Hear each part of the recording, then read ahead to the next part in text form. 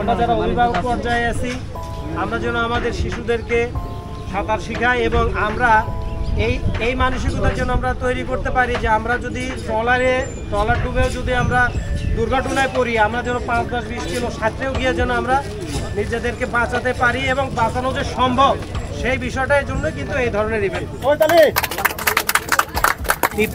৫৩ minute ২২ second সময় নিয়ে দ্বিতীয় অবস্থানে সাঁতার শেষ করেছে, অর্থাৎ দ্বিতীয় স্থান অর্জন করেছে।